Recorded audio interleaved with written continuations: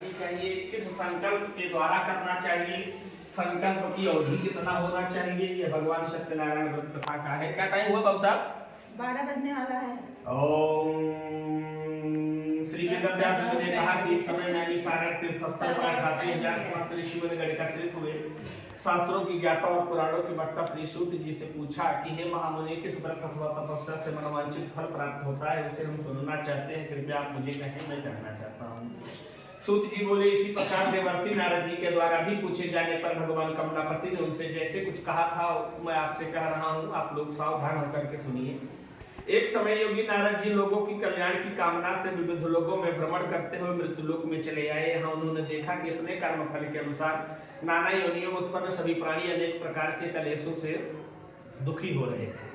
यह देखते हुए किस उपाय से इनके दुखों का सुनिश्चित रूप से निवारण हो सकता है, ऐसा मन में विचार करते हुए विष्णु भगवान के पास देवर्षि नारद जी चले गए।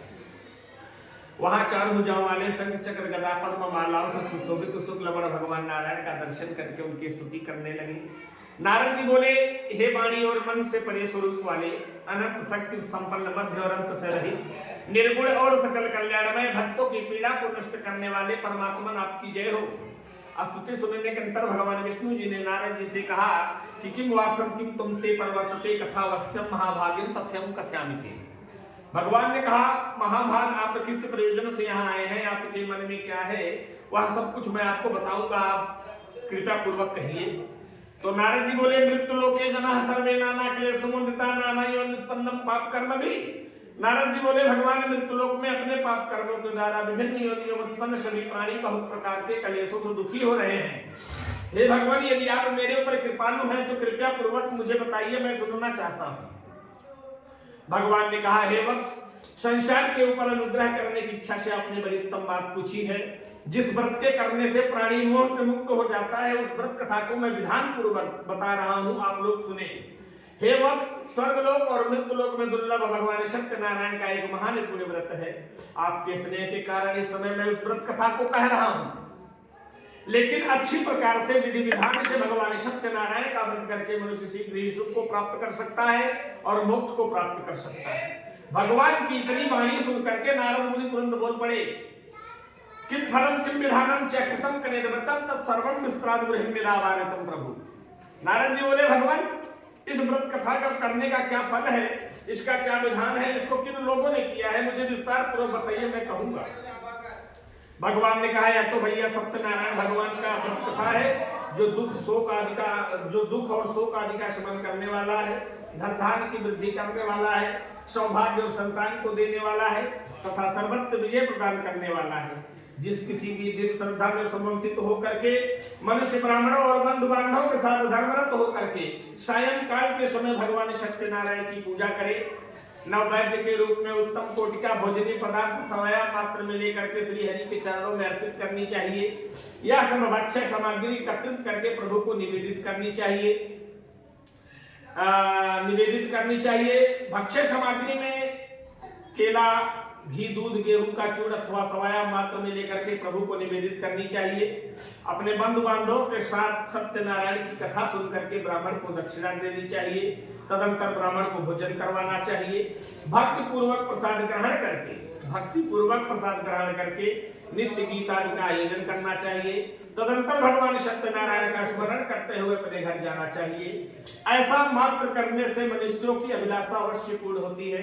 विशेष रूप में कलयुग में पृथ्वी लोक में सबसे छोटा उपाय सुलभ है। इस प्रकार से स्कंद पुराण के अंतर्गत रेवा खंड में सोनिया विहार क्षेत्र में श्री कौशिक गोत्र में मैं पहले अध्याय का आराम से ध्यान देता हूँ। बोलो सत्यनारायण भगवान की जय, बोलो सियावर रामचंद्र की जय।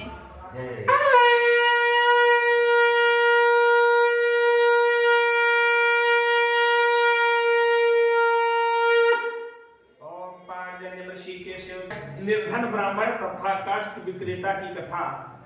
हे दुजो, श्री सूत जी बोले कि हे दुजो, अब मैं पुनः पूर्व काल में जिसने सत्यनारायण व्रत कथा किया था उसे भली भांति और विस्तार पूर्वक कहूंगा। काशी नामक नगर में कोई अत्यंत निर्धन ब्राह्मण रहा करता था। भूख और प्यास से व्याकुल वह प्रतिदिन पृथ्वी पर भटकता फिरा करता था। ब्राह्मण की भगवान ने उस दुखी ब्राह्मण को देख करके एक वृद्ध ब्राह्मण का रूप धारण करके उस दुख से आदर पूर्वक पूछा, हे विप्र देवता, प्रतिदिन अत्यंत दुखी होकर के तुम किस लिए पृथ्वी पर घूमा फिरा करते हो? हे जो श्रेष्ठ, मुझे बताओ, मैं सुनना चाहता हूँ। ब्राह्मण बोला, प्रभु मैं अत्यंत दलित ब्राह्मण हूँ, भिक्षा के लिए पृथ्वी पर घूमा फिरा करता हूँ। यदि मेरे इस दरिद्रता का दूर करने का आप कुछ उपाय जानते हो तो कृपया पूर्वक मुझे बताइए, मैं सुनना चाहता हूँ। ब्राह्मण ने कहा, हे ब्राह्मण देवता, भगवान विष्णु अभिष्ट फल देने वाले हैं। हे विप्र, तुम उनका उत्तम व्रत एवं पूजन करो, जिसे करके मनुष्य सभी दुखों से मुक्त हो जाता है। व्रत के विधान को ब्राह्मण से यत्न पूर्वक कहकर वृद्ध ब्राह्मण रूपधारी भगवान सत्यनारायण वहीं अंतर ध्यान हो गए। वृद्ध ब्राह्मण ने जैसा कहा है उस व्रत को अच्छी प्रकार वैसा ही करूंगा, यह सोचते हुए इस ब्राह्मण को रात्रि में निद्रा नहीं आई। ततः प्रावृत्त काली च मासी मासी व्रतम कृतम एवं नारायण ने उत्तम कृत्वा यादुजोत्तमः सर्व पाप मोक्तो मोक्षम अप्रयाता। तदंतर प्रातःकाल लेकर भगवान सत्यनारायण का व्रत करूंगा, ऐसा संकल्प करके वह ब्राह्मण भिक्षा के लिए चल पड़ा। प्रभु की कृपा से उस दिन ब्राह्मण को भिक्षा में बहुत धन प्राप्त हुआ। उसी धन से उसने बंधु बांधव के साथ भगवान सत्यनारायण का व्रत किया और इस व्रत के प्रभाव से वह श्रेष्ठ ब्राह्मण सभी दुखों से मुक्त होकर के समस्त संपत्तियों से संपन्न हो गया। उस दिन से लेकर प्रत्येक महीने उसने यह व्रत किया और इस प्रकार भगवान सत्यनारायण के व्रत के उपाय के वह श्रेष्ठ ब्राह्मण सभी पापों से मुक्त होकर के मोक्ष दुर्लभ को प्राप्त किया। माताओं एवं बहनों, हे विप्रो, पृथ्वी पर जब भी कोई मनुष्य भगवान सत्यनारायण का व्रत करेगा उसी समय उसके समस्त दुख नष्ट हो जाएंगे। हे ब्राह्मणों, इस प्रकार भगवान नारायण ने महात्मा नारद जी से जो कुछ कहा था वह मैंने आप लोगों से कहा, आगे और क्या कहूं। तब ऋषियों ने कहा, मुनियों ने कहा, तदमातम मे प्रचितम तेन प्रसिद्धं चरिते मुने तत्सर्वं श्रोतुमुच्छायामः श्रद्धात्मकं प्रजायते। ऋषियों ने कहा, हे मुनि, इस पृथ्वी पर उस ब्राह्मण से सुने हुए इस व्रत कथा को किसने किया है, हम वह सुनना चाहते हैं, कृपया पूर्वक मुझे बताइए, मेरी इच्छा हो रही है। तब वेदव्यास जी बोल पड़े, सूत जी बोल पड़े, हे प्राणिनं दाध्वाद रूपम सन्निध्यन्ते गृहेना विप्रम कृतम ये व्रतम। श्री सूत जी बोले, मुनियों, पृथ्वी पर जिसने यह व्रत किया है उसे आप लोग सुने। एक बार वही द्विज श्रेष्ठ अपने धन संपत्ति के अनुसार बंधु बांधवों के साथ और परिवार जनकों के साथ व्रत करने के लिए तैयार हुआ कि उसी बीच एक लकड़हारा वहां आया और लकड़ी का बोझ बाहर रख करके ब्राह्मण के घर में घुस गया। प्यास से व्याकुल ब्राह्मण को व्रत करता हुआ देख प्रणाम करके आदर पूर्वक बोला, प्रभु भगवान, आप यह क्या कर रहे हैं और इसके करने से किस फल की प्राप्ति होती है, मुझे विस्तार पूर्वक बताइए। आपके कथानुसार मैं व्रत एवं पूजन को करूंगा। तब विप्र ने कहा, जगाम नगरे रम्ये धनिनम यत्र काष्ठ जगाम नगरे रम्ये धनिनम यत्र स्थिता काष्ठमूले दुर्गुणम प्रगत मानसः। विप्र ने कहा, भैया ये तो भगवान सत्यनारायण का व्रत कथा है जो सभी मनोरथों को प्रदान करने वाला है। इसी के प्रभाव से मुझे यह महान धन धान्य आदि प्राप्त हुआ है। जल पी करके प्रसाद ग्रहण करके नगर के लिए चला गया और सत्यनारायण देव के लिए मन में सोचने लगा कि आज लकड़ी बेचने पर मुझे जो धन प्राप्त होगा उसी धन से मैं भगवान सत्यनारायण का श्रेष्ठ व्रत करूंगा। इस प्रकार मन में चिंतन करता हुआ लकड़ी का बोझ मस्तक पर रख करके वह सुंदर नामक नगर में गया, जहां धन संपन्न लोग रहा करते थे, अच्छे स्वभाव के लोग रहा करते थे, अमीर लोग रहा करते थे। वहां गया, वहां उसे लकड़ी का दूना मूल्य प्राप्त हुआ। तदंतर प्रसन्न हृदय होकर पके हुए केले का फल, शक्कर भी दूध गेहूं का चूर्ण सवाया मात्र में लेकर अपने घर आया। तत्पश्चात उसने अपने बंधु बांधवों को बुलवा करके माताओं एवं बहनों के साथ धर्मरत होकर के भगवान सत्यनारायण का व्रत किया और व्रत के प्रभाव से वह धन और पुत्रों से संपन्न हो गया। इस लोक में सुख भोग करके अंत में सत्यपुर वैकुंठ लोक को चला गया। कि इस प्रकार से स्कंद पुराण के अंतर्गति रेवा खंड में सोनिया विहार क्षेत्र में श्री शशिकांत शर्मा जी के यहाँ मैं पहले अध्याय का आराम से विराम देता हूँ। बोलो सत्यनारायण भगवान की जय, बोलो रामचंद्र की जय। कुछ लोग हैं आगे नारायण नारायण निर्मल नारायण नारायण नारायण भजमन नारायण नारायण नारायण भजमन नारायण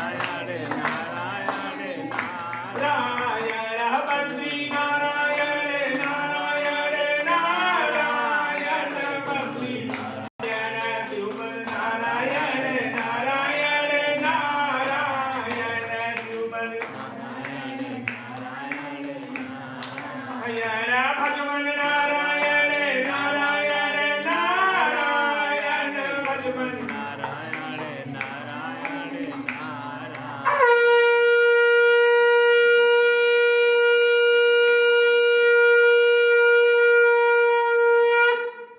जय। साधु बड़ी एवं लीलावती और कलावती की कथा। नेत्रम बिना यथा देहि दर्शना शक्तिमान तथा राजा प्रजा चयनम बिना पश्यति। श्री सूत जी बोले कि श्रेष्ठ मुनियों, अब मैं पुनः आगे की कथा कहूंगा, आप लोग सुने। प्राचीन काल में उल्कामुख नाम का एक राजा था। वह जितेंद्रिय, सत्यवादी तथा अत्यंत बुद्धिमान था। वह विद्वान राजा प्रतिदिन देवालय में जाता और ब्राह्मणों को धन देकर के संतुष्ट करता था। लेकिन कमल के समान मुख वाली उसकी धर्म पत्नी शील, विनय एवं सौंदर्य आदि गुणों से संपन्न थी और पतिव्रता भी थी। राजा एक दिन अपने धर्म पत्नी के साथ भद्रशिला नदी के तट पर भगवान सत्यनारायण का व्रत कथा कर रहा था कि उसी समय व्यापार के लिए अनेक प्रकार की पुष्पकल धनराशि से संपन्न एक साधु बड़ी वहां आया और भद्रशिला नदी के तट पर नाव को स्थापित करके राजा के समीप गया।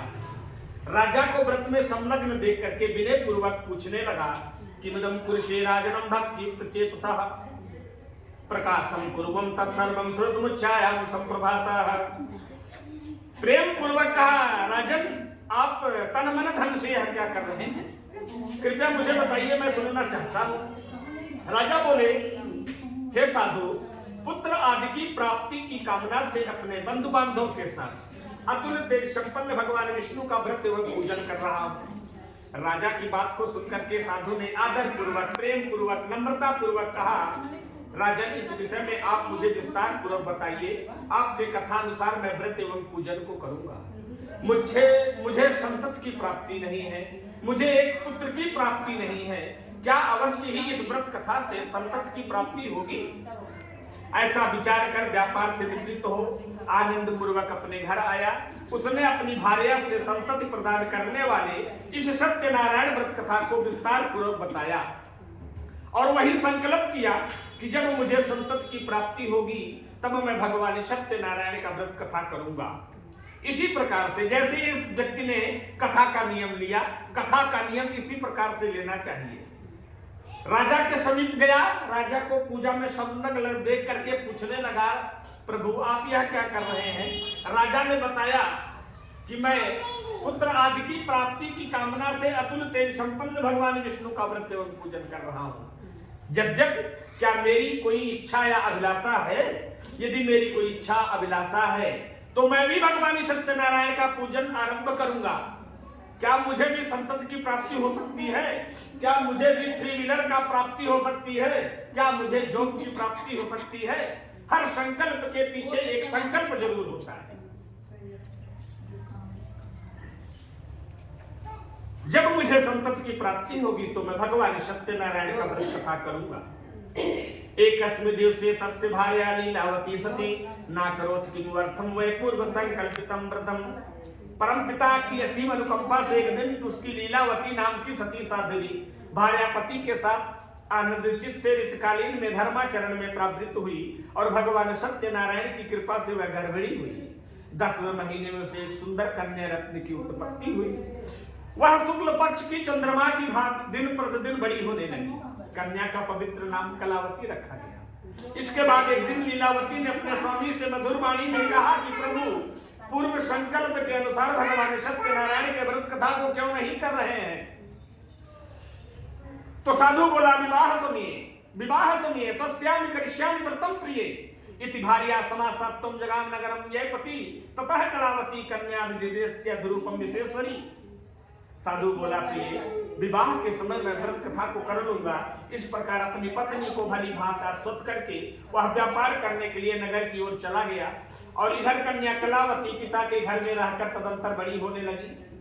अब धर्मज्ञ साधु ने नगर में सखियों के साथ क्रीड़ा करती हुई, क्रीड़ा माने खेलना, क्रीड़ा करती हुई अपनी कन्या को विवाह योग्य देख करके आपस में मंत्रणा करके कन्या के विवाह के लिए श्रेष्ठ वर का आवेशन करो ऐसा दूत से आज्ञा देकर भेज दिया। दूत आज्ञा प्राप्त करके कांचन नामक नगर में गया। वहां से एक सुंदर बड़ी पुत्र लेकर आया, तेजस्वी बालक, सुंदर सुशोभित बालक लेकर आया। उस साधु ने बड़ी पुत्र को सुंदर और गुणों से संपन्न देख करके अपने जात प्रजाति के लोगों के साथ संतुष्ट चित्त होकर के विधि विधान से बड़ी पुत्र के हाथ में कन्या का दान तो कर दिया, लेकिन जाको दुख दारुण दीन्हा ताकि मति पहले हर लेना। दुर्भाग्यवश भगवान सत्यनारायण के व्रत कथा को भूल गया, संकल्प को भूल गया। जो कथा का संकल्प लिया था, कसम खाया था, प्रतिज्ञा किया था, उस प्रतिज्ञा को भूल गया। प्रतिज्ञा एक प्रण का प्रतिज्ञा होता है। प्रतिज्ञा तभी करो जो प्रतिज्ञा पूरा करो। प्रतिज्ञा का उम्र ही 90 दिन का अवधि होती है। संकल्प की अवधि वह सिर्फ 90 दिन का ही होता है, 3 महीना। लेकिन कन्या तो 9वें महीना में पैदा हुई, 10वें महीना में पैदा हुई, लेकिन संकल्प का अवधि ही 3 महीने का होता है। दान कर दिया। उस साधु ने बड़ी उस समय वह साधु बड़ी दुर्भाग्यवश भगवान की व्रत कथा को भूल गया। पूर्व संकल्प के अनुसार विवाह के समय व्रत न करने के कारण भगवान सत्यनारायण उसके ऊपर रुष्ट हो गए। कुछ समय के पश्चात व्यापार करने कुशल वह साधु काल की प्रेरणा से अपने दामाद जी के साथ व्यापार करने के लिए समुद्र के समीप रत्नसार नामक नगर में गया। वहां श्री संपन्न दामाद जी के साथ व्यापार करने लगा। तदंतर वे दोनों राजा चंद्रकेत रमणीय नामक नगर में गए। उसी समय भगवान सत्यनारायण ने उसे भ्रष्ट प्रतिज्ञा को देख करके कठिन और महान दुख प्राप्त होने का श्राप दे दिया। एक दिन एक चोर राजा चंद्रकेत के कुछ धनों को चुरा करके वहीं आया जहां दोनों बड़ी ठहरे हुए थे। अपने पीछे दौड़ते हुए दूतों को देख भयभीत चित्त धन वहीं छोड़ शीघ्र ही छुप गए। राजा इसके बाद राजा के दूत वहां आ गए जहां ये दोनों बड़ी ठहरे हुए थे। राजा के दूतों को देख करके उन दोनों बड़ी पुत्रों को बांध करके राजा के सामने लाए। बोले, प्रभु हम 2 चोर पकड़ करके लाए हैं, इन्हें देख करके आप आज्ञा दीजिए। राजा की आज्ञा से दृढ़ता पूर्वक बिना विचार किए महान कारागार में डाल दिया गया। भगवान सत्यदेव की माया से किसी ने उन दोनों की बात भी नहीं सुनी। राजा चंद्रकेतु ने उन दोनों का धन भी छीन लिया। लेकिन नत्यादि वित्यादि रूपम च बभ्रामं गृहे कलावती तु कन्या बभ्रामं प्रवर्तमानसम् एकौषधि से यतादुज मंदिरम गदावश्यम सात सत्यनारायणं वरणं च उपविशम कथा श्रुत्वा यापाक वित्तम प्रसाद भक्षम कित्वा यो रात्रि रात्रि पृथ्वी हो। उन भगवान के श्राप से बड़ी के घर में भार्या भी अत्यंत दुखित हो गई। उनके घर में सारा का सारा जो धन था चोरों ने चुरा लिया। लीलावती शारीरिक और मानसिक पीड़ाओं से, भूख और अन्न की चिंता से बेचारी दर दर भटकने लगी। एक दिन क्षुधा से पीड़ित वह कलावती एक ब्राह्मण के घर गई। वहां जाकर के उसने भगवान सत्यनारायण के पूजन को देखा। वहां बैठ करके कथा सुनी, वरदान मांगा। तदंतर प्रसाद ग्रहण करके कुछ रात्रि होने पर वह कन्या अपने घर गई। तो माता कलावती कन्या या कथा मासः प्रेमतः पुत्री रात्रो सुतम कुर्ते मनसि परवर्तते। माता लीलावती ने कलावती कन्या से प्रेम पूर्वक पूछा, बिटिया इतनी रात तक तुम कहाँ रुक गई थी, तुम्हारे मन में क्या है? कलावती कन्या ने तुरंत माता से दोनों हाथ जोड़कर कहा, माँ एक ब्राह्मण के घर में मन को पूरा कर देने वाला भगवान सत्यनारायण के व्रत कथा को देखा है। सर्व संपदा दे देने वाली भगवान की पूजा को देखा है। कन्या की बात को सुन करके बड़ी की भार्या व्रत करने के लिए उद्धत हुई। प्रसन्न मन से साध्वी ने बंधु बांधवों के साथ भगवान सत्यनारायण का व्रत किया। प्रार्थना की कि भगवान आप हमारे पति एवं दामाद जी के अपराध को क्षमा करें, वे दोनों शीघ्र अपने घर आ जाएं। इस व्रत से भगवान सत्यनारायण पुनः संतुष्ट हो गए। उन्होंने नृपशेष चंद्रकेतु को स्वप्न दिखाया और कहा, स्वप्न में कहा कि नृपशेष राजा प्रातः काल होते ही दोनों बंदी बड़ी पुत्रों को शीघ्र मुक्त कर दो। जो तुमने उनका धन लिया है उसे दुगना करके वापस कर दो। राजा यदि आपने ऐसा नहीं किया तो तुम्हारा पुत्रों सहित सर्वनाश कर दूंगा। राजा से स्वप्न में इतना कहकर भैया भगवान सत्यनारायण तो अंतर ध्यान हो गए। इसके अनंतर प्रातः काल राजा ने अपने सभासद के मध्य में बैठ करके अपने राज्यसभा में बैठ करके अपने स्वप्न के बारे में सबको बताया। कहा, क्या कहा कि दोनों बंदी बड़ी पुत्रों को शीघ्र ही मुक्त कर दो। राजा की ऐसी बात सुनकर के वे राजपुरुष दोनों महाजनों को बंधन मुक्त करके राजा के सामने लाकर विनय पूर्वक बोले, महाराज बेड़ी और बंधन से मुक्त किए हुए दोनों बड़ी पुत्र लाए गए हैं। नित्य से संकेत को प्रणाम करके अपने पूर्व वृत्तांत का स्मरण करते हुए बेचारे बेबल हो गए, कुछ बोल ना सके। बड़े पुत्रों को देख करके आदर पूर्वक कहा कि आप लोगों को प्रारब्ध महान दुख प्राप्त हुआ है। प्रारब्ध का मतलब जानते हैं ना? प्रारब्ध का मतलब होता है जाते जाते, जा रहे थे, जाते जाते या तो साइकिल पंचर हो गई, या तो पैर में ठेस लग गया, या तो कांटा चुभ गया, या कील चुभ गई। अपने उत्तर प्रदेश में कहावत है, जात रहे सार काहे बैठा। इसी को कहते हैं प्रारब्ध दुख, इसी को कहते हैं प्रारब्ध दुख। अब आपको प्रारब्ध दुख प्राप्त हुआ है, महान दुख प्राप्त हुआ है। अब ऐसा कोई भय नहीं है। बेड़ी खुलवा करके बंगला आगे कटवाया गया। राजा ने वस्त्र अलंकार दे करके उन दोनों बड़े पुत्रों को संतुष्ट किया। सामने बुला करके वाणी द्वारा अत्यधिक आनंदित किया। पहले जो धन लिया था उसे दुगना करके वापस कर दिया। पुनः राजा ने उनसे कहा कि साधु अपने घर को जाएं। राजा को प्रणाम करके आपकी कृपा से हम जा रहे हैं। ऐसा कहकर उन दोनों महावर्षों ने अपने घर की ओर प्रस्थान किया। कि इस प्रकार से स्कंद पुराण के अंतर्गत ही रेवा खंड में सोनिया विहार क्षेत्र में श्री शालिग्राम भगवान के चरणों में मैं तीसरे अध्याय का आराम से विराम देता हूँ। बोलो सत्यनारायण भगवान की जय, बोलो श्याम रामचंद्र की जय। श्रीमन नारायण नारायण नारायण श्रीमन नारायण नारायण नारायण भजमन नारायण नारायण नारायण भजमन नारायण नारायण नारायण बद्री नारायण नारायण नारायण बद्री नारायण नारायण नारायण लक्ष्मी नारायण नारायण नारायण लक्ष्मी नारायण नारायण नारायण सत्य नारायण नारायण नारायण सत्य नारायण नारायण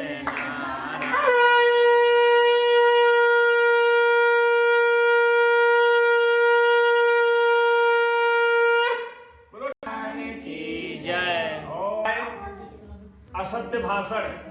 असत्य भाषण तथा भगवान के प्रसाद का अवहेलना का परिणाम। साच बराबर टप नहीं, साच बराबर टप नहीं कि झूठ बराबर पाप। और जाको हृदय साच है ताको हृदय आप। यह चौपाई या दोहा मान लो, पढ़ने के बाद पिक्चर साफ हो जाती है। श्री सूत जी बोले कि साधु बड़ी मंगलचार कर। वही दोनों जो राजा की जेल से मुक्त हुए, मंगलचार कर और ब्राह्मणों को धन दे करके अपने नगर की ओर चल पड़ा।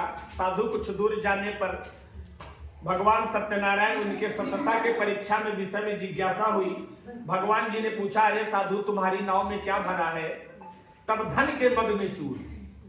अब यद्यपि राजा ने खूब धन दौलत दे करके उसे विदा किया था घर जाने के लिए, तो धन में थोड़ा कुछ ज्यादा हो गया था। अवहेलना पूर्वक हंसते हुए कहा, डंडे में क्या पूछ रहे हैं? कुछ द्रव्य लेने की इच्छा है क्या? अरे मेरी नाव में तो बेलपत्र आदि भरे हैं, जैसी करनी वैसी भरनी भरनी।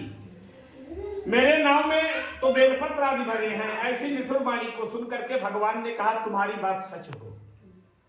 ऐसा कहकर डंडी एक सन्यासी को रूप धारण किए हुए कुछ दूर जाकर के समुद्र के समीप बैठ गए। डंडी स्वामी के चले जाने पर नित्य क्रिया करने के पश्चात उतराई हुई जल में ऊपर की ओर उठती हुई नौका को देख करके साधु बड़ी अत्यंत आश्चर्य में पड़ गया। नाव में लतादि पत्र को देख करके बेचारा मूर्छित होकर के पृथ्वी पर गिर पड़ा। अच्छा, सचेत होने पर बड़े पुत्र चिंतित हो गया। तब उसके दामाद ने इस प्रकार कहा कि पिताश्री, अब आप शोक और चिंता क्यों करते हैं? डंडी स्वामी ने अभी अभी तो श्राप दिया है। इस स्थिति में वे ही चाहे तो सब कुछ कर सकते हैं, इसमें संशय नहीं है। अतः उन्हीं के शरण में चलो, वही मेरे मनों की कामना पूर्ण होगी। दामाद जी की बात सुन करके साधु जमाता के साथ बड़ी साधु अपने भक्ति पूर्वक गया और प्रणाम किया। आदर पूर्वक कहने लगा, प्रभु आपके सन्मुख मैंने जो कुछ असत्य भाषण अपराध किया है, झूठ बोलने का पाप किया है, आप मेरे उन अपराध को क्षमा करें। ऐसा कहकर महान शोक से व्याकुल हो गया। दंडी उसे रोता हुआ देखकर कहा, अरे मूर्ख रो मत, मेरी बात सुनो। मेरी पूजा से उदासीन होने के कारण तथा मेरी एक आज्ञा से ही बारंबार दुख प्राप्त हुआ है। भगवान सत्यनारायण की एक ऐसी कथा है जिसमें भक्त और भगवान का संवाद है। भगवान सत्यनारायण की कथा तो है, लेकिन यही एक ऐसी पवित्र ग्रंथ है जिसमें भक्त और भगवान का साक्षात संवाद हुआ है। ये भगवान ही तो कह रहे हैं, कह रहे मूर्ख रो मत, मेरी बात सुनो। मेरी पूजा से उदासीन होने के कारण तथा मेरी आज्ञा से तुम्हें बारंबार दुख प्राप्त हुआ है। किसकी हिम्मत, किसकी मजाल किसी को कोई दुख और कष्ट दे दे और सुख दे दे। भगवान ने कहा, भक्त ने कहा, भगवान आपकी वाणी सुनकर वह उनकी स्तुति करने लगा। क्या स्तुति करने लगा? जटाटवी गलत जलः प्रवाह पावथस्थले गले वले वलंबितम भुजंग तुंगमालिकम डमट डमट डमन निनादवल्डमं चकार चंड तांडवा तनोतुना शिवा शिवा जटा कटाह संभ्रमण निलिंप निर्जरी विलोलवी चिवलल्लरी विराजमान मूर्धनि धगत धगत गजत ज्वलल्ललाट पट्ट पावके किशोर चंद्रशेखरा। मन को जीत लेने वाला स्तुति गाने लगा बहादुर। साधु ने कहा, प्रभु यह आश्चर्य की बात है कि आपकी माया से मोहित होने के कारण ब्रह्मादि देवता भी आपके गुणों और यथावत रूप को नहीं जान पाते, फिर मैं मूर्ख अपनी माया से मोहित होने के कारण भगवान आपको कैसे पहचान सकता हूँ। आप प्रसन्न होइए, मैं अपने धन संपत्ति के अनुसार आपकी पूजा करूंगा। आपके शरण में आया हूँ, मेरा जो नौका में पुराना धन था उसकी तथा मेरी रक्षा करिए। भक्ति युक्त वाणी सुन करके भगवान जनार्दन संतुष्ट हुए। बोलो श्यावर रामचंद्र की जय। भगवान हरि उसे अभिष्ट वर प्रदान करके वहीं अंतर ध्यान हो गए। इसके बाद वह साधु अपनी नौका में चढ़ा और धन धान से परिपूर्ण देख करके हमारा मनोरथ सफल हो गया, हमारा अनुष्ठान सफल हो गया। भगवान सत्यदेव की कृपा से हमारा अनुष्ठान सफल हो गया। ऐसा कहकर सज्जनों के साथ भगवान की विधिवत पूजा किया। भगवान सत्यनारायण की कृपा से आनंद से परिपूर्ण हो गया। नाव को प्रयत्न पूर्वक संभाल करके उसने अपने देश के लिए प्रस्थान किया। तब तक साधु बड़िक ने अपने दामाद से कहा कि वे देखो मेरी रत्नपुरी नगरी दिखाई दे रही है। अपने ब्राह्मण से, अपने दामाद जी से कहा कि वे देखो मेरी रत्नपुरी नगरी दिखाई दे रही है। इसके बाद उसने अपने आगमन का समाचार देने के लिए अपने नगरी में दूत को भेजा।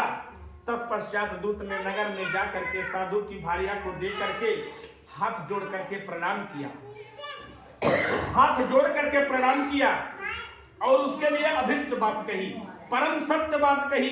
लक्षण धाम राम प्रिय सकल गुण आधार, गुरु वशिष्ठ ते राखी हूं लक्ष्मण नाम उदार। सेठ जी अपने दामाद जी के साथ क्या शुभ समाचार दिया, क्या शुभ समाचार दिया कि सेठ जी अपने दामाद जी के साथ बहुत सारे बंधु वर्गों के साथ धन धान से संपन्न नगर के निकट पधार गए हैं। फिर क्या पूछना है, धाये काम धाम सब त्यागी मनहु रंग निधि लूटन लागी। दूत के मुख से यह बात को सुन करके बेचारे महान आनंद से बेबल हो गई और उस साध्वी सत्यनारायण की पूजा करके अपनी पुत्री से कहा कि मैं साधु के दर्शन के लिए जा रही हूँ, तुम शीघ्र आओ। माता का वचन सुन करके व्रत को समाप्त करके प्रसाद का परित्याग करके वह कलावती भी अपने पति के दर्शन के लिए चल पड़ी। इससे भगवान सत्यनारायण रुष्ट हो गए। चूंकि यद्यप संकल्प टूट गया, संकल्प टूट क्या गया, यदि संकल्प दोहराया गया तो छूट गया। उन्होंने उसके पति और नौकर को अपहरण करके जल में डुबो दिया। तथा कलावती कन्या ना विलुप्यम निस्तंपतितम हे ततो लीलावती कन्या क्रीडे कृत्वा रोदते। इसके बाद कलावती कन्या अपने पति को ना देख महान शोक से रुदन करते हुए बेचारी पृथ्वी पर गिर पड़ी। नौका का दर्शन तथा कन्या को अत्यंत दुखी देख भयभीत मन से साधु बड़िक ने सोचा, यार यह क्या आश्चर्य हो गया। नौका का संचालन करने वाला भी चिंतित हो गया। तदंतर वह लीलावती भी कन्या को देखकर बेचारी बेहबल हो गई और अत्यंत दुखों से मिलाप करती हुई अपने पति से इस प्रकार बोली, अभी अभी नौका के साथ वो दामाद कैसे अलक्षित हो गया। न जाने किस देवता की उपेक्षा से नौका का अपहरण कर लिया गया है। भगवान सत्यनारायण के महात्म्य को कौन जान सकता है। ऐसा कहकर स्वजनों के साथ विलाप करने लगी। कलावती कन्या को गोद में लेकर के रोने लगी। कलावती कन्या भी अपने पति के नष्ट हो जाने पर बेचारी दुखी हुई। पति की पादुका को लेकर के उनका अनुगमन करने के लिए मन में आत्महत्या करने का निश्चय कर लिया। कन्या के इस प्रकार के आचरण को देख भार्या सहित वह धर्मज्ञ साधु अत्यंत शोक में पड़ गया और सोचने लगा, या तो भगवान सत्यनारायण ने दामाद जी के साथ धन धान्य से भरी नौका का अपहरण किया है, अथवा हम सभी भगवान सत्यदेव की माया से मोहित हो गए हैं। अपने धन संपत्ति के अनुसार भगवान मैं आपकी पूजा करूंगा, कोटि कोटि प्रणाम कर रहा हूं प्रभु। सभी को इस प्रकार कह करके अपने मन की इच्छा को प्रकट करके लेट करके 108 बार दंडवत प्रणाम किया। इससे दिनों के परिपालन भक्त वत्सल भगवान प्रसन्न हुए। भक्त वत्सल भगवान ने कृपा पूर्वक कहा कि तुम्हारी कन्या प्रसाद छोड़ करके अपने पति को देखने चली आई है, निश्चय ही यही कारण है कि उसका पति अदृश्य हो गया है। यदि यही कन्या घर जाकर के प्रसाद ग्रहण करके पुनः आएगी तो हे साधु तुम्हारी पुत्री अपने पति को प्राप्त करेगी, इसमें संशय नहीं है। कन्या कलावती भी आकाश मंडल से ऐसी वाणी सुनकर शीघ्र घर गई। उसने प्रसाद ग्रहण किया, पुनः आकर स्वजनों से अपने पति को देखा। तब कलावती कन्या ने पिता से कहा, प्रभु पिताश्री अब घर चले, विलंब क्यों कर रहे हैं। कन्या की बात सुन करके बड़ी पुत्र संतुष्ट हो गया और विधि विधान से भगवान सत्यनारायण का पूजन करके बंधु बांधवों के साथ अपने घर गया। पूर्णिमा और संक्रांत के सर्वों पर पूजन करते हुए इस लोक में सुख भोग करके अंत में सत्यपुर वैकुंठ लोक को चला गया। इस प्रकार से स्कंद पुराण के अंतर्गति रेवा खंड में सोनिया विहार क्षेत्र में श्री सत्यनारायण भगवान के चरणों में मैं चौथे अध्याय का आराम से विराम देता हूँ। बोलो सत्यनारायण भगवान की जय, बोलो रामचंद्र की जय।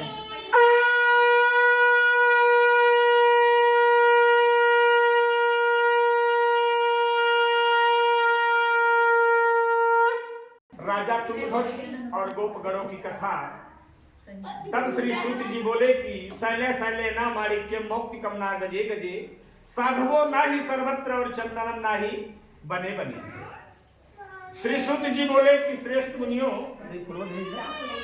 श्री सूत जी बोले श्रेष्ठ मुनियों, अब मैं इसके बाद दूसरी कथा कहूंगा, आप लोग सुने। अपनी प्रजा के पालन में तत्पर तुंगध्वज नाम का एक राजा था। उसने सत्यदेव का प्रसाद का परित्याग करके बहुत दुख प्राप्त किया। शशि भाई बहुत से पशुओं को मार करके एक वट वृक्ष के नीचे आया। वहां उसने देखा कि कुछ गोपगण बंधु बांधवों के साथ संतुष्ट होकर के भक्ति पूर्वक भगवान सत्यदेव की पूजा कर रहे। राजा अहंकारवश ना तो वहां गया और ना ही उसने भगवान सत्यनारायण को प्रणाम किया। पूजन के अंतर सभी गोपगण भगवान के प्रसाद को राजा के समीप रख करके वहां से लौट आए। इच्छानुसार सभी ग्वाल वालों ने भगवान के प्रसाद को ग्रहण किया। उधर राजा ने प्रसाद का परित्याग कर दिया। तो तात स्वर्ग अपवर्ग सुख धरी तुला एक अंग, और तुलन ताहि सकल मिल जो सुख लो सत संग। सत्संग का सुख तभी मिलता है जब कोई भाषा बनता है, जब कोई अनुष्ठान बनता है या कोई अध्याय बनता है। राजा को बहुत दुख हुआ। राजा का संपूर्ण धन धान्य एवं 100 पुत्र नष्ट हो गए। राजा ने मन में निश्चय किया कि अवश्य ही भगवान सत्यनारायण ने हमारा सर्वनाश कर दिया है, इसलिए मुझे वहीं जाना चाहिए जहां भगवान सत्यनारायण का पूजन हो रहा था। ऐसा मन में निश्चय करके राजा गोपगणों के समीप गया और गोपगणों के साथ श्रद्धा भक्ति से युक्त होकर के विधि पूर्वक भगवान सत्यदेव की पूजा किया। भगवान सत्यदेव की कृपा से वह धन और पुत्रों से संपन्न हो गया। इस लोक में सुख होकर के अंत में सत्यपुर वैकुंठ लोक को चला गया। तब वेदव्यास जी कहते हैं, श्री सूत जी कहते हैं कि जो व्यक्ति इस परम दुर्लभ श्री सत्यनारायण व्रत कथा को, पूर्णिमयी कथा को, फलदायिनी कथा को युक्त होकर के सुनता है। युक्त होने का मतलब अनुग्रहित होना, ध्यान लगाना। उसे भगवान सत्यनारायण की कृपा से धन धान्य आदि की प्राप्ति होती है। दरिद्र धनवान हो जाता है और बंधन में पड़ा हुआ व्यक्ति बंधन से मुक्त हो जाता है और डरा हुआ व्यक्ति भय से मुक्त हो जाता है। यह बात सत्य है, इसमें संशय नहीं है। इस लोक में सभी सिद्ध फलों को भोग प्राप्त करके अंत में सत्यपुर वैकुंठ लोक को जाता है। हे ब्राह्मणों, माताओं एवं बहनों, इस प्रकार मैंने आप लोगों से भगवान सत्यनारायण के व्रत कथा को कहा, जिसे करके मनुष्य सभी दुखों से मुक्त हो जाता है। विशेषता है कलियुगे सत्य पूजा फल प्रदा केचितम कालम बदित्यामितमीशम तमेव च सत्यनारायणम केचितम सत्यदेवम तथा परे नाना रूप धरे धृत्वा सर्ववेशम संप्रभातम भविष्यति कलो सत्य व्रत रूपी सनातनः विष्णुनम धृतम तेजम सर्ववितम संप्रदतः। कलयुग में तो भगवान सत्यदेव की पूजा अरे विशेष फल प्रदान करने वाली है। भगवान विष्णु जी को कुछ लोग काल, कोई सत्य, कोई ईश, कोई सत्यदेव तथा दूसरे लोग सत्यनारायण के नाम से कहेंगे।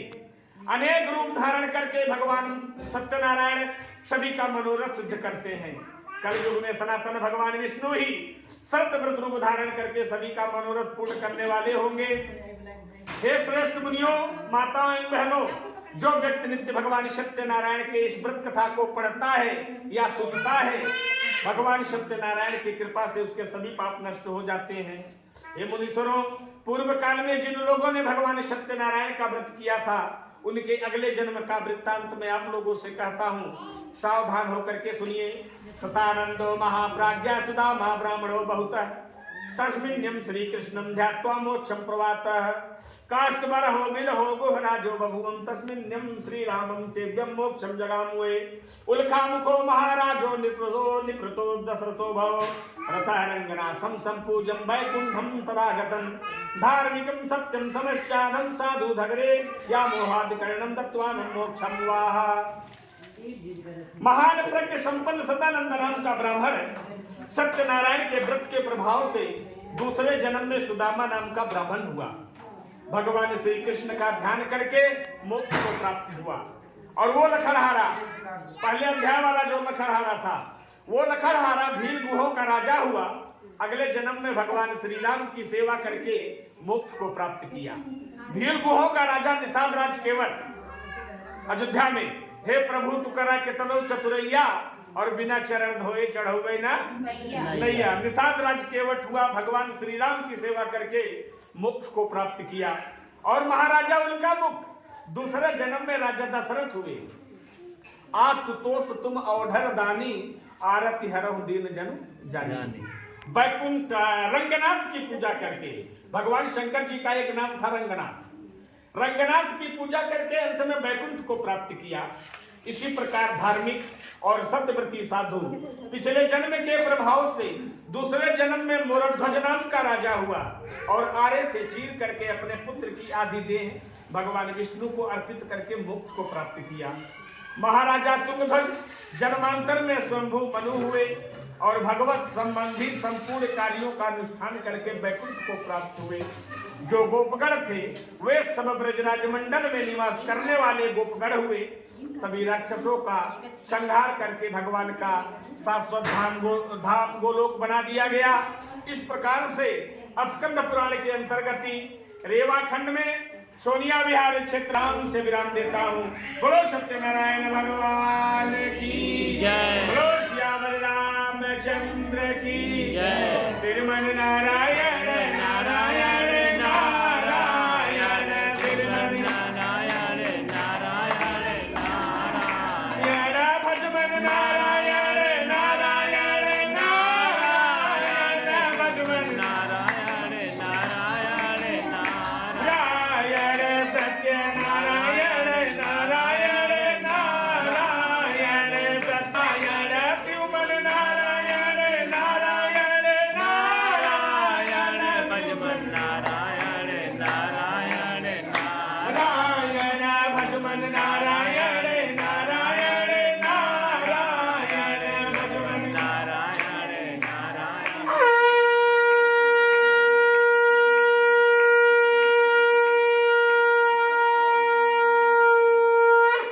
बोलो सत्यनारायण भगवान की जय। ओम पांचजन्य ऋषि के शिव देव धनंजय पांचदमो महाशंकम भीम कर्मिकोदम पांचजन्याय नमः। कहाँ सुनाओ देखते सारी सुना